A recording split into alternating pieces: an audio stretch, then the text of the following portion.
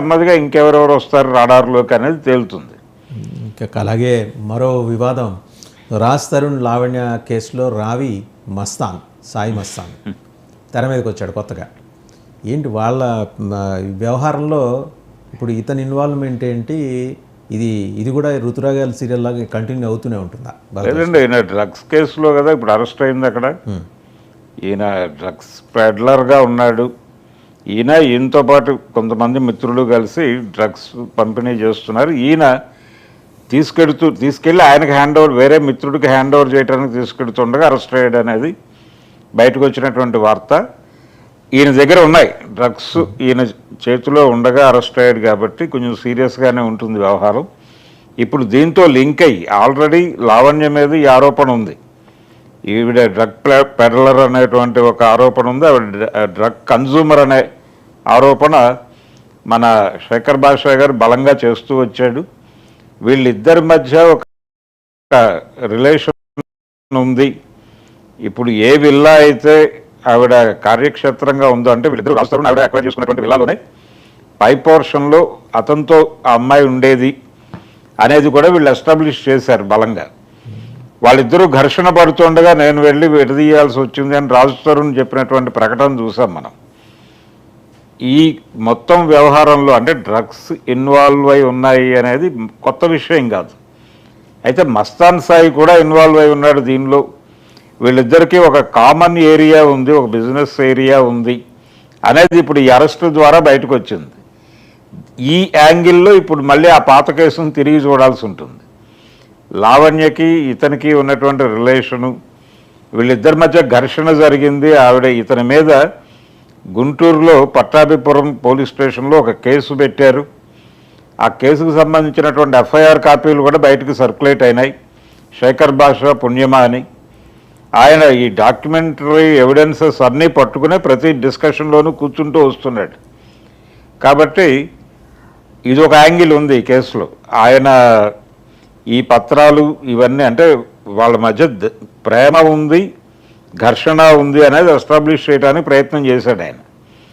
ఈ ఘర్షణకి కారణం ఈ వ్యాపారం కావచ్చు అనేది ఇప్పుడు కొత్తగా తెర మీదకి పట్టుకొచ్చేటువంటి ప్రయత్నం మొదలవుతుంది. సో అంత ఈజీగా లేదు ఇది. రాజ్ తరుణ్ కొంతవరకు ఊపిరి పీల్చుకునేటువంటి సందర్భమే ఇది.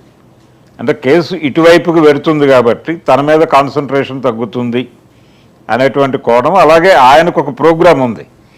వీళ్ళిద్దరూ కలిసి అక్వైర్ చేసినటువంటి ప్రాపర్టీకి సంబంధించినటువంటి ఒక వివాదం వలన ఇది నడుస్తోంది, ఇంతకాలం కొనసాగుతోంది. మీరు అన్నట్టుగా సీరియల్ లాగా, ఋతురాగాలు సీరియల్ లాగా కొనసాగటానికి కారణం అక్కడ ఆర్థిక లావాదేవీలు సెటిల్ కాకపోవడమే, అంతకుమించి వేరే వ్యవహారం లేదు. ఇప్పుడు ఆవిడ ఎంత పలచనైతే అంత ఈజీగా తన వైపు తను అనుకున్న పద్ధతిలో సెటిల్మెంట్ జరిగేటువంటి ఛాన్స్ ఉందనేది రాజ్ తరుణ్ అభిప్రాయం. సో ఇప్పుడు ఈ కేసు కొంచెం ముదిరితే ఈ మస్తాన్ సాయి, ఈ సాయి మస్తాన్ అరెస్టు అనేది ఆయన నెత్తి మీద పాలు పోసినట్టే రాజ్ తరుణ్కి సంబంధించి. ఇప్పుడు దీని మీద వాళ్ళు మళ్ళీ సీరియస్గా డిస్కషన్స్లోకి వచ్చి వివిధ మాధ్యమాలలో శేఖర్ భాషా మళ్ళీ రంగప్రవేశం చేసి ఆయన దగ్గర ఉన్నటువంటి ఎవిడెన్సెస్తో ఇప్పుడు మళ్ళీ దాడి మొదలు పెట్టేస్తాడు ఆవిడ మీద. ఆవిడ కౌంటర్ ఆపరేషన్ ఆవిడ మొదలు పెడుతుంది. సో ఈ అరెస్ట్ అనేది దీనికి ముగింపు కాదు. ఇప్పుడు మళ్ళీ కొత్త వివాదం తెర మీదకు పట్టుకొచ్చి వీళ్ళిద్దరూ ఘర్షణ పడేటువంటి వాతావరణం మళ్ళీ మీడియా యాక్టివ్ అవుతుంది ఇప్పుడు.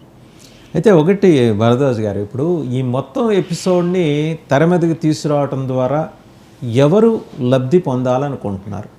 బేసిక్గా లేదండి, వివాదం దీని వెనకాల ఏమన్నా కార్పొరేట్ గ్రూప్ ఉందా? ఇది కూడా తెర మీద కొత్తగా వచ్చింది. కార్పొరేట్ గ్రూపు అనే అనలేమండి. అయితే ఇక్కడ వ్యక్తిగతమైనటువంటి వివాదమే ఇది. వాళ్ళిద్దరూ దాదాపు 11 సంవత్సరాలు అని 7 సంవత్సరాలు అని 2 మాటలు వచ్చినాయి. 7 సంవత్సరాలు అయితే ఖచ్చితంగా వాళ్ళిద్దరూ కలిసి ఉన్నారు అనేది వాస్తవం. ఈ 7 సంవత్సరాల కాలంలో వాళ్ళు కలిసి అక్వైర్ చేసినటువంటి ప్రాపర్టీస్కి సంబంధించి విడిపోవాలనుకున్నప్పుడు ఆ సెటిల్మెంట్కి సంబంధించి ఆవిడ ప్రతిపాదించినటువంటి వ్యవహారానికి అంగీకరించడానికి ఆయన సిద్ధంగా లేడు రాజ్ తరుణ్.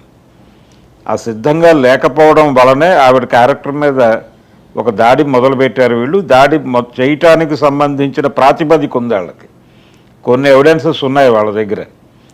వాటి ఆధారంగా ఆవిడ క్యారెక్టర్ని అసాసిన్ చేయటం ద్వారా ఆవిడకి మద్దతు రాకుండా చేయాలనేది వ్యూహం రాజ్ తరుణ్ వైపు నుంచి. ఈవిడ అతని క్యారెక్టర్ని అసాసిన్ చేయటం ద్వారా సెటిల్మెంట్ చేసుకోవాలి. రెండోది, ఆవిడ ప్రధానంగా అతనితో ఉండాలనుకుంటున్నాను అని మాట్లాడింది మొన్నటిదాకా. ఇప్పుడు టోన్ మార్చొచ్చు. సో ఈ కలిసి ఉండాలి అంటామంటే నాకు సెటిల్ చేయలేదు కాబట్టి కలిసి ఉంటానని మాట్లాడటమే. సెటిల్మెంట్కి సంబంధించిన గొడవ ఇది అనే విషయం చాలామంది బహిరంగంగా మాట్లాడేశారు ఇంతకుముందే, ఇంక్లూడింగ్ వర్మ గారు కూడా ఈ ఎపిసోడ్లో జడ్జిమెంట్ పాస్ చేశాడు ఆయన. ఆయన కూడా ఇది ఖచ్చితంగా ఆస్తికి సంబంధించిన గొడవ అని తేల్చాడు. కాబట్టి ఇది ఈ వ్యవహారంలో ఇప్పుడు ఆవిడ కొంత కార్నర్ అవుతుంది.